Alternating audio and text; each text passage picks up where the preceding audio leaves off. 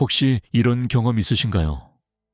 모든 게 잘 풀리고 있는데 어딘가 불안한 거예요. 좋은 일이 생겼는데 기쁘기보다는 두려운 거예요. 사랑받고 있다는 걸 알면서도 왠지 그 사랑을 온전히 받아들이지 못하는 거예요. 마치 내 안에 누군가가 있어서 행복해지려고 할 때마다 발목을 잡는 것 같은 느낌. 그래서 스스로에게 묻게 됩니다. 나는 왜 행복을 두려워하는 걸까? 나는 왜 좋은 것들이 다가오면 오히려 밀어내는 걸까? 혹시 나는 행복해질 자격이 없는 걸까? 오늘 저는 이 이야기를 하려고 합니다. 우리 안에 숨어 있는 행복을 거부하는 또 다른 내 대해서요. 그리고 그 존재를 어떻게 마주하고 어떻게 품어야 하는지에 대해서요. 스위스의 위대한 심리학자 칼 구스타프 융기 평생에 걸쳐 연구했던 인간 내면의 비밀. 그 중에서도 그림자라고 불리는 우리 무의식의 어두운 부분에 대해 함께 이야기해 보겠습니다. 이 영상을 끝까지 보시면 왜 우리가 행복 앞에서 주저하게 되는지, 그리고 어떻게 하면 그 두려움에서 벗어날 수 있는지 알게 되실 거예요. 준비되셨나요? 그럼 시작하겠습니다. 우리는 어릴 때부터 이런 말을 많이 들었습니다. 너무 좋아하지 마라. 다 잃을 수 있다. 웃으면 울 일이 생긴다. 좋은 일 뒤에는 나쁜 일이 따라온다. 어른들은 우리를 보호하려는 마음에서 이런 말씀을 하셨을 거예요. 하지만 어린 우리에게 이 말들은 다르게 각인되었습니다. 행복은 위험한 것이다. 기쁨 뒤에는 반드시 고통이 온다. 그러니까 너무 행복해하면 안 된다. 이렇게요. 이런 믿음이 우리 마음 깊숙한 곳에 자리 잡으면 어떻게 될까요? 우리는 무의식적으로 행복을 경계하게 됩니다. 좋은 일이 생겨도 온전히 기뻐하지 못하고 어딘가 불안해하게 됩니다. 사랑받아도 그 사랑을 의심하게 됩니다. 성공해도 그 성공이 오래가지 못할 거라고 생각하게 됩니다. 마치 행복이 비처럼 느껴지는 거예요. 지금 행복하면 나중에 그만큼 불행해질 거라는 두려움. 이것이 바로 우리 안의 그림자가 만들어낸 함정입니다. 칼 융은 인간의 마음을 의식과 무의식으로 나누어 설명했습니다. 의식은 우리가 알고 있는 나, 내가 인식하고 있는 나 자신이에요. 하지만 융은 말했습니다. 우리가 알고 있는 나는 빙산의 일각에 불과하다고요. 물 아래에는 훨씬 더 거대한 무의식의 세계가 있습니다. 그리고 그 무의식 속에는 우리가 인정하고 싶지 않은 부분, 억압하고 감추온 부분이 있습니다. 융은 이것을 그림자라고 불렀습니다. 그림자는 나쁜 것만을 의미하지 않습니다. 여기서 많은 분들이 오해하시는데요. 그림자는 우리가 부정적이라고 여기는 감정들, 분노나 질투, 두려움 같은 것들도 있지만 놀랍게도 긍정적인 것들도 있습니다. 우리가 스스로에게 허용하지 못한 재능, 가능성, 그리고 행복까지도 그림자 속에 갇혀 있을 수 있어요. 왜 그럴까요? 왜 좋은 것들까지 그림자 속에 숨겨버리는 걸까요? 그 이유는 우리가 자라면서 겪은 경험들에 있습니다. 어린 시절 우리는 주변 사람들의 반응을 통해 무엇이 괜찮고 무엇이 괜찮지 않은지를 배웁니다. 내가 기뻐했을 때 부모님이 불편해 하셨다면, 내가 자신감을 보였을 때 친구들이 나를 따돌렸다면, 내가 성공했을 때 누군가가 나를 시기했다면 우리는 무의식적으로 배우게 됩니다. 기쁨을 드러내면 안 된다. 자신감을 보이면 안 된다. 성공하면 위험하다. 이렇게요. 특히 우리나라에서는 겸손이 미덕으로 여겨지는 문화가 있습니다. 물론 겸손은 아름다운 덕목이에요.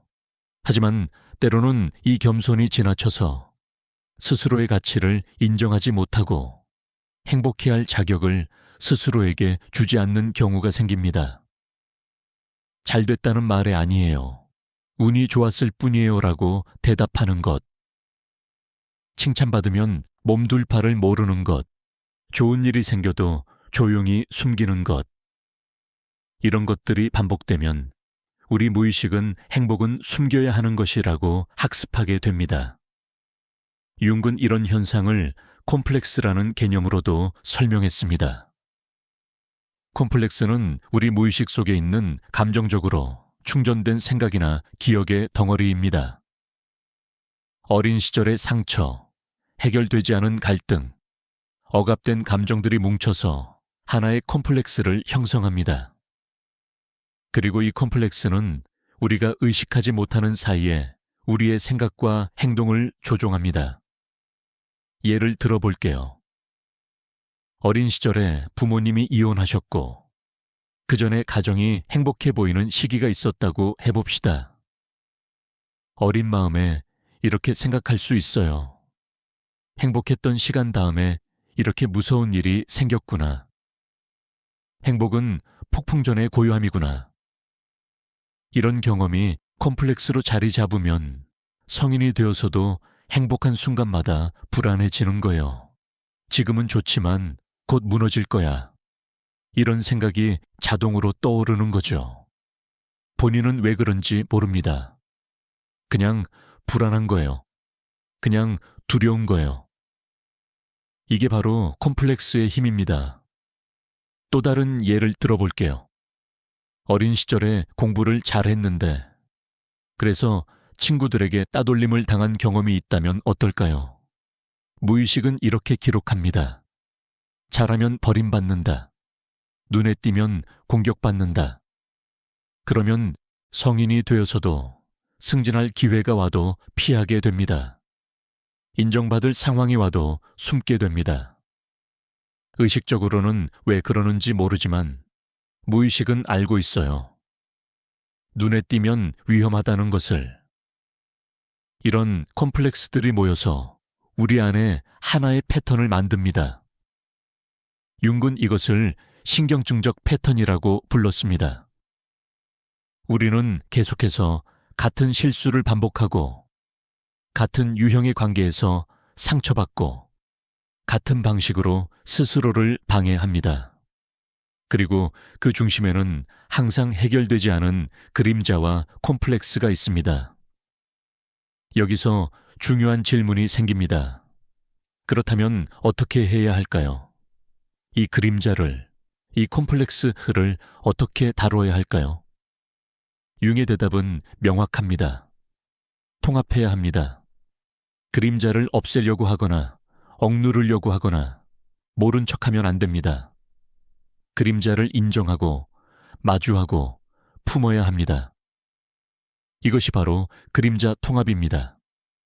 왜 통합이 필요할까요? 융은 이렇게 설명했습니다. 우리가 그림자를 억압하면 할수록 그림자는 더 강해진다고요. 마치 눌린 스프링처럼 억누를수록 더 큰 힘으로 튀어오른다고요. 우리가 분노를 억압하면 어느 순간 폭발합니다. 슬픔을 억압하면 우울증이 됩니다. 두려움을 억압하면 공황장애가 됩니다. 그리고 행복을 억압하면 우리는 행복할 기회가 와도 그것을 받아들이지 못하게 됩니다. 그림자 통합의 첫 번째 단계는 인식입니다. 내 안에 그림자가 있다는 것을 인정하는 거예요. 이게 쉬워 보이지만 실제로는 가장 어려운 단계입니다. 왜냐하면 우리는 평생 그림자를 숨기는데 익숙해져 있기 때문이에요. 나는 화를 내지 않아요. 나는 질투 같은 걸 안 해요. 나는 두렵지 않아요. 이렇게 부정하는 데 익숙해져 있어요. 하지만 그림자는 부정한다고 사라지지 않습니다.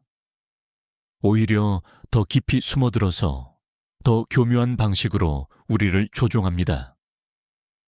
융은 그림자를 발견하는 방법 중 하나로 투사라는 현상을 설명했습니다. 투사란 내 안에 있는 것을 다른 사람에게서 보는 현상이에요. 예를 들어 누군가를 볼 때마다 이유 없이 화가 난다면 그 사람에게서 내가 억압한 무언가를 보고 있는 것일 수 있습니다. 누군가의 자신감이 싫다면 어쩌면 나는 내 자신감을 억압하고 있는 것일 수 있어요. 누군가의 행복이 불편하다면 나는 내 행복을 허용하지 못하고 있는 것일 수 있습니다. 그래서 융은 말했습니다. 다른 사람에게 강하게 반응할 때 그것이 좋은 반응이든 나쁜 반응이든 자신을 돌아보라고요. 그 반응 속에 내 그림자가 숨어 있을 수 있다고요. 이것은 자기 성찰에 아주 강력한 도구가 됩니다. 다른 사람은 나의 거울이에요. 그들에게 반응하는 나를 통해 나는 내 안에 숨겨진 부분을 발견할 수 있습니다. 그림자 통합의 두 번째 단계는 수용입니다. 그림자를 발견했다면 이제 그것을 받아들여야 합니다. 이 단계에서 많은 분들이 힘들어하세요. 왜냐하면 그림자에는 우리가 부끄러워하는 것들, 인정하고 싶지 않은 것들이 있기 때문이에요. 나는 질투심이 있다는 것을 인정하는 것, 나는 두렵다는 것을 인정하는 것, 나는 분노가 있다는 것을 인정하는 것. 이런 인정은 용기가 필요합니다. 하지만 여기서 중요한 것이 있습니다. 수용은 그 감정대로 행동하라는 뜻이 아닙니다. 질투심이 있다는 것을 인정하는 것과 질투심대로 행동하는 것은 전혀 다릅니다. 분노가 있다는 것을 인정하는 것과 분노를 폭발시키는 것은 전혀 다릅니다. 수용은 단지 이런 감정이 내 안에 있구나 라고 인정하는 것입니다. 판단 없이요. 그 감정을 있는 그대로 바라보는 것입니다. 융은 이것을 자기 자신에 대한 정직함이라고 불렀습니다. 우리는 다른 사람에게 정직하려고 노력하지만 정작 자기 자신에게는 정직하지 못할 때가 많습니다. 내 안의 어두운 부분을 인정하는 것이 너무 두렵기 때문이에요. 하지만 융은 단언했습니다. 자기 자신에게 정직해지는 것, 그것이 모든 성장의 시작이라고요. 그림자 통합의 세 번째 단계는 대화입니다. 그림자와 대화를 나누는 거예요. 이게 좀 이상하게 들릴 수 있어요. 어떻게 내 안의 그림자와 대화를 한다는 거지? 하지만 융은 실제로 이 방법을 사용했고 이것을 적극적 상상이라고 불렀습니다. 적극적 상상은 내면의 이미지나 감정에 의식적으로 집중하고 그것과 상호작용하는 기법입니다. 예를 들어 볼게요. 행복해지려고 할 때마다 불안해진다면 그 불안에 집중해 보세요. 눈을 감고 그 불안이 어떤 모습인지 상상해 보세요. 어떤 분들은 그것이 어린 시절의 자신으로 보일 수도 있어요. 어떤 분들은 그것이 특정한 목소리나 느낌으로 다가올 수도 있어요. 그 존재에게 물어보세요. 너는 왜 나를 불안하게 하니? 너는 무엇을 원하니? 너는 무엇을 두려워하니? 처음에는 아무 대답도 들리지 않을 수 있습니다. 하지만 계속 시도하다 보면 어떤 이미지나 생각이나 감정이 떠오릅니다. 그것이 바로 무의식의 대답입니다. 그리고 그 대답 속에서 우리는 중요한 통찰을 얻을 수 있습니다. 왜 내가 이렇게 행동하는지, 무엇이 나를 막고 있는지, 내 안의 어린아이가 무엇을 원하는지, 말이에요. 이 과정에서 많은 분들이 놀라운 경험을 합니다. 그림자가 사실은 나를 해치려는 게 아니었다는 것을 깨닫게 되거든요. 그림자는 그 나름대로의 이유가 있습니다. 대부분의 경우 그림자는 과거의 나를 보호하려고 했던 부분이에요. 어린 시절에 상처받지 않으려고, 거절당하지 않으려고, 버림받지 않으려고 만들어진 방어기제예요. 문제는 그 방어기제가 더 이상 필요하지 않은 지금도 계속 작동하고 있다는 거예요. 그래서 그림자와의 대화에서 중요한 것은 감사와 이해입니다. 그 부분에게 말해주세요. 그동안 나를 지켜주려고 고마웠어. 하지만 이제는 괜찮아. 이제 나는 어른이 되었고 스스로를 지킬 수 있어. 이제 너도 쉬어도 돼. 이런 대화가 치유의 시작이 됩니다. 융은 꿈의 분석도 그림자를 발견하고 통합하는 중요한 방법이라고 강조했습니다. 꿈은 무의식이 우리에게 보내는 메시지입니다. 꿈속에 등장하는 이상한 인물들, 무서운 존재들, 반복되는 상황들. 이것들은 모두 우리 내면의 어떤 부분을 상징합니다. 특히 꿈에서 자주 등장하는 위협적인 인물은 종종 우리의 그림자를 나타냅니다. 꿈을 기억하시나요? 어떤 분들은 꿈을 거의 기억하지 못한다고 하세요. 하지만 꿈을 기억하는 것도 훈련이 됩니다. 잠자리 옆에 노트를 두고 아침에 일어나자마자 기억나는 것을 적어보세요. 처음에는 조각만 기억날 수도 있어요. 하지만 계속하다 보면 점점 더 많이 기억하게 됩니다. 그리고 그 꿈들 속에서 패턴을 발견하게 됩니다. 반복되는 주제, 반복되는 감정, 반복되는 상황. 이것들이 모두 무의식이 보내는 신호입니다. 자, 이제 행복을 두려워하는 것으로 다시 돌아가 볼게요. 왜 우리 무의식은 행복을 거부할까요? 앞서 말씀드린 것처럼 어린 시절의 경험이 큰 영향을 미칩니다. 하지만 더 깊이 들어가면 또 다른 이유들이 있습니다. 첫 번째는 익숙함에 대한 집착입니다. 우리 뇌는 익숙한 것을 좋아합니다. 익숙한 것은 안전하게 느껴지거든요. 설령 그것이 고통이라 하더라도요. 오랫동안 불행했던 사람에게 불행은 익숙한 영역입니다. 그 안에서 어떻게 행동해야 하는지 알고 있어요. 무엇을 기대해야 하는지 알고 있어요. 하지만 행복은 낯선 영역이에요. 어떻게 행동해야 할지 모르겠어요. 무엇을 기대해야 할지 모르겠어요. 그래서 무의식은 익숙한 불행으로 돌아가려고 합니다. 아이러니하죠. 하지만 이것이 인간 심리의 현실입니다. 두 번째는 정체성의 문제입니다. 우리는 자신에 대한 이야기를 가지고 있습니다.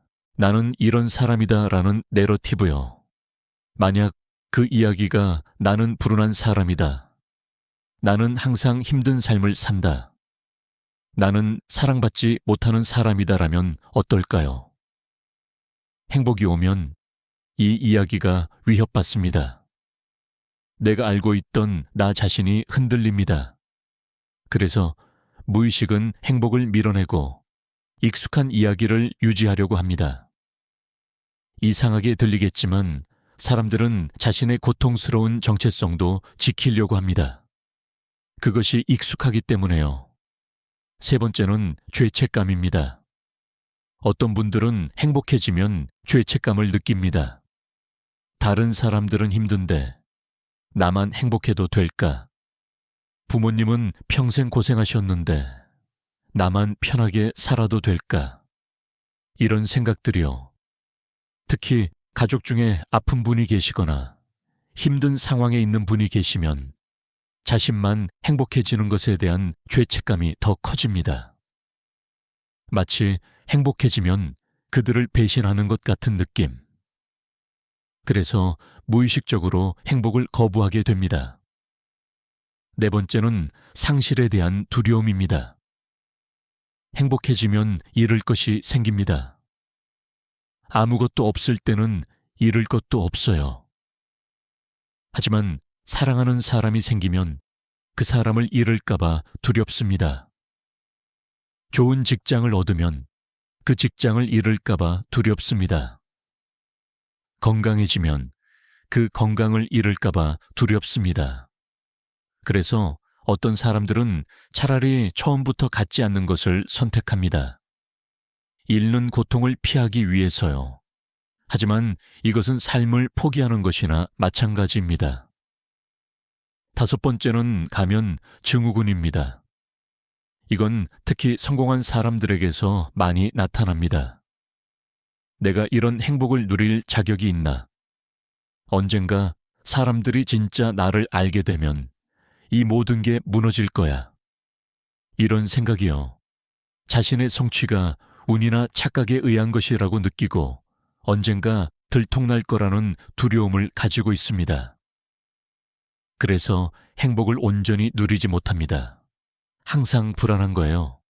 항상 긴장하고 있는 거예요. 이 모든 이유들은 하나로 연결됩니다.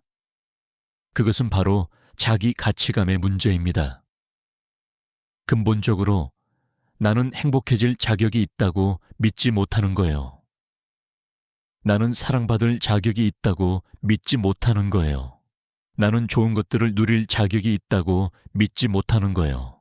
이 믿음이 우리 무의식 깊은 곳에 자리 잡고 있으면 아무리 좋은 일이 생겨도 그것을 온전히 받아들이지 못합니다. 융은 이런 상태를 자기 소외라고 불렀습니다. 자신의 본래 모습, 자신의 진정한 가치에서 멀어진 상태요. 그리고 융은 치유의 목표를 자기 실현이라고 정의했습니다. 자기 실현은 완벽해지는 것이 아닙니다. 자기 실현은 온전해지는 것입니다. 빛과 그림자, 강점과 약점, 의식과 무의식을 모두 통합해서 온전한 자기가 되는 것입니다. 그렇다면 어떻게 해야 행복을 받아들일 수 있을까요? 어떻게 해야 그림자를 통합하고 자기 가치감을 회복할 수 있을까요? 몇 가지 실질적인 방법을 말씀드리겠습니다. 첫 번째는 작은 행복부터 연습하는 것입니다. 큰 행복은 두렵습니다. 그것은 당연해요. 오랫동안 행복을 거부해왔다면 갑자기 큰 행복을 받아들이기 어렵습니다. 그러니까 작은 것부터 시작하세요. 따뜻한 햇살이 기분 좋을 때 그 느낌을 온전히 느껴보세요. 맛있는 음식을 먹을 때 그 맛을 온전히 즐겨보세요.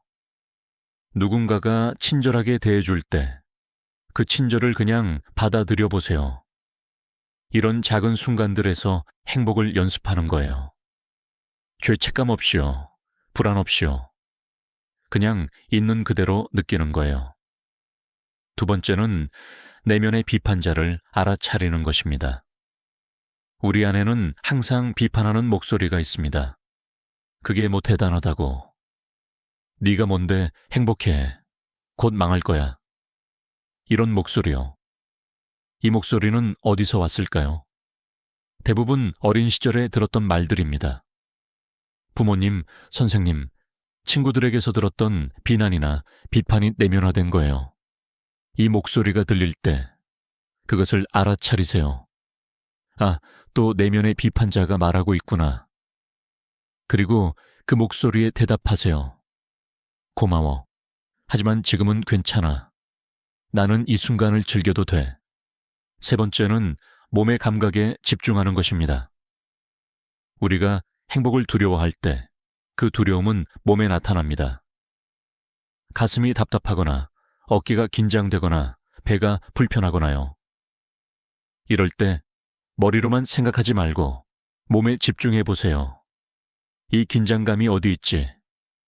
이 답답함은 어떤 느낌이지? 몸의 감각을 알아차리고 그 부분에 숨을 보내세요. 천천히 들이쉬고 천천히 내쉬면서 그 긴장을 풀어보세요. 몸과 마음은 연결되어 있습니다. 몸의 긴장을 풀면 마음의 긴장도 풀립니다. 네 번째는 과거에 내게 편지를 쓰는 것입니다. 어린 시절의 나, 상처받았던 나, 두려웠던 내게 편지를 써보세요. 그때 많이 힘들었지. 그때 무서웠지. 그때 혼자서 감당해야 했지. 미안해. 그리고 고마워. 그렇게 잘 버텨줘서. 이제는 내가 널 돌볼게. 이런 편지요. 이게 유치하게 느껴질 수 있어요. 하지만 실제로 해보시면 놀라울 정도로 감정이 올라옵니다. 그리고 그 감정을 느끼고 흘려보내는 것이 치유입니다. 5번째는 현재에 머무는 연습입니다. 행복에 대한 두려움은 대부분 미래에 대한 걱정입니다. 지금은 좋지만 나중에 나빠질 거야. 이 순간은 금방 끝날 거야. 이런 생각들이요. 하지만 미래는 아직 오지 않았습니다. 확실한 것은 지금, 이 순간뿐입니다. 그러니까 지금 이 순간에 머무세요. 미래를 걱정하느라 현재의 행복을 놓치지 마세요. 지금 좋으면 지금 좋은 거예요. 그것으로 충분합니다. 6번째는 완벽주의를 내려놓는 것입니다. 어떤 분들은 완벽하게 행복해야 한다고 생각합니다. 모든 게 다 좋아야 행복하다고 생각합니다. 하지만 삶은 그렇지 않습니다. 삶에는 항상 불완전한 부분이 있어요. 그리고 그것이 정상입니다. 완벽한 행복을 기다리면 영원히 행복해지지 못합니다. 불완전한 행복도 행복입니다. 작은 행복도 행복입니다. 잠깐의 행복도 행복입니다. 있는 그대로의 행복을 받아들이세요. 7번째는 감사 일기를 쓰는 것입니다. 매일 저녁 오늘 감사한 것 3가지를 적어보세요. 거창한 것이 아니어도 됩니다. 오늘 커피가 맛있었다. 오늘 날씨가 좋았다. 오늘 누군가가 웃어줬다. 이런 작은 것들이요. 이 습관은 뇌를 훈련시킵니다. 좋은 것에 주목하는 훈련이요. 우리 뇌는 원래 위험에 집중하도록 설계되어 있습니다. 그래서 나쁜 것에 더 주의를 기울입니다. 감사일기는 이것을 바꿔줍니다. 좋은 것을 찾는 습관, 좋은 것에 감사하는 습관을 만들어줍니다. 8번째는 자기 자신과 친구가 되는 것입니다. 만약 친한 친구가 행복해하면 뭐라고 하시겠어요? 잘됐다, 기뻐해도 돼. 너는 그럴 자격이 있어라고 하시겠죠. 그런데 왜 자기 자신에게는 그렇게 말하지 않나요? 자기 자신에게도 친구에게 하듯이 대해주세요. 잘했어. 기뻐해도 돼. 너는 행복할 자격이 있어. 이렇게요. 9번째는 전문적인 도움을 받는 것입니다. 만약 과거의 트라우마가 너무 깊거나 혼자서 다루기 어렵다면 전문가의 도움을 받으세요. 상담사나 심리치료사와 함께 작업하는 것은 전혀 부끄러운 일이 아닙니다. 오히려 용기 있는 선택입니다. 융도 자신의 어려운 시기에 다른 분석가와 함께 작업했습니다. 혼자 모든 것을 해결할 필요는 없습니다. 여기서 윤기 말한 중요한 개념 하나를 더 이야기해 드리고 싶습니다. 그것은 바로 개성화 과정입니다. 개성화는 융 심리학의 핵심 개념 중 하나입니다. 개성화는 자기 자신이 되어가는 과정입니다. 사회가 원하는 나, 다른 사람이 기대하는 나가 아니라 진정한 나 자신이 되어가는 과정이요. 개성화 과정에서 그림자 통합은 필수적인 단계입니다. 왜냐하면 우리가 숨겨온 부분을 외면한 채로는 온전한 자기가 될 수 없기 때문이에요. 그림자를 통합한다는 것은 나의 모든 부분을 인정한다는 것입니다. 밝은 부분도, 어두운 부분도, 강한 부분도, 약한 부분도, 그 모든 것이 나라는 것을 인정하는 것입니다. 융은 개성화 과정이 평생에 걸친 여정이라고 했습니다. 어느 날 갑자기 완성되는 것이 아닙니다. 매일매일 조금씩 자기 자신에게 가까워지는 것입니다. 그 과정에서 우리는 많은 것을 만나게 됩니다. 그림자, 아니마와 아니무스, 자기 원형, 이런 것들을요. 오늘은 그 중에서 그림자에 대해 이야기하고 있지만 이것은 더 큰 여정의 일부입니다. 그리고 개성화 과정에서 중요한 것은 이것이 이기적인 것이 아니라는 점입니다. 자기 자신이 된다는 것은 자기만 생각한다는 뜻이 아닙니다.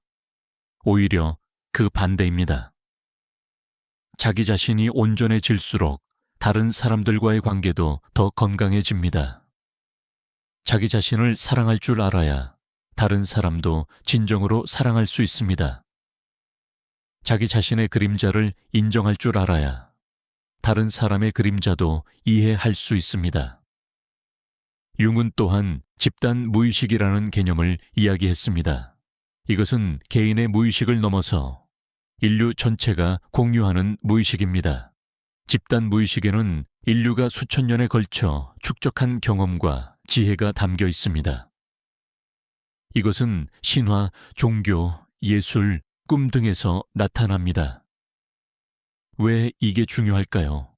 행복에 대한 두려움도 어느 정도는 집단 무의식과 연결되어 있기 때문입니다. 인류 역사에서 행복은 종종 위험과 연결되어 왔습니다. 너무 잘 나가면 신의 질투를 받는다는 그리스 신화처럼요. 너무 오만하면 벌을 받는다는 이야기처럼요. 이런 이야기들이 우리 집단 무의식에 각인되어 있습니다. 그래서 행복에 대한 두려움은 단순히 개인의 경험만의 문제가 아닐 수 있습니다. 인류 전체에 오래된 두려움과 연결되어 있을 수 있습니다. 하지만 집단 무의식에는 또 다른 이야기들도 있습니다. 어둠을 통과해 빛을 찾는 영웅의 여정, 시련을 극복하고 변화하는 이야기, 죽음과 재생의 신화. 이런 이야기들은 우리에게 희망을 줍니다. 어둠이 영원하지 않다는 것을, 그림자를 마주하면 빛을 찾을 수 있다는 것을, 우리도 변화할 수 있다는 것을, 윤근 상징의 힘을 강조했습니다. 상징은 무의식과 소통하는 언어입니다. 우리의 꿈, 우리가 끌리는 이미지, 우리가 좋아하는 이야기들, 이것들은 모두 우리 무의식이 보내는 메시지입니다. 이런 상징에 주의를 기울이면 자기 자신에 대해 많은 것을 배울 수 있습니다. 예를 들어 어떤 분은 항상 물에 관한 꿈을 꿉니다. 물은 무의식을 상징하는 경우가 많습니다. 맑은 물인지, 탁한 물인지, 잔잔한 물인지, 격렬한 물인지에 따라 다른 의미를 가질 수 있습니다. 어떤 분은 항상 길을 잃는 꿈을 꿉니다. 이것은 인생의 방향에 대한 불확실함을 나타낼 수 있습니다. 어떤 분은 항상 쫓기는 꿈을 꿉니다. 이것은 도망치고 있는 그림자, 마주하지 못하고 있는 무언가를 나타낼 수 있습니다. 자, 이제 정리해 볼게요. 우리가 행복을 두려워하는 이유는 여러 가지입니다. 어린 시절의 경험, 콤플렉스, 익숙함에 대한 집착, 정체성의 문제, 죄책감, 상실에 대한 두려움, 가면 증후군, 그리고 이 모든 것의 밑바닥에는 자기 가치감의 문제가 있습니다. 나는 행복해질 자격이 없다는 깊은 믿음이요. 하지만 이 믿음은 진실이 아닙니다. 이것은 과거의 경험이 만들어낸 착각입니다. 진실은 이렇습니다. 모든 사람은 행복해질 자격이 있습니다. 당신도요. 당신이 어떤 과거를 가지고 있든, 어떤 실수를 했든, 어떤 상처를 받았든, 당신은 행복해질 자격이 있습니다. 이것은 증명해야 할 것이 아닙니다. 당신이 존재한다는 것 자체로 당신은 이미 그 자격이 있습니다. 융은 자기 수용의 중요성을 강조했습니다. 자기 수용은 자신의 모든 부분을 있는 그대로 받아들이는 것입니다. 완벽하지 않아도 괜찮습니다. 부족해도 괜찮습니다.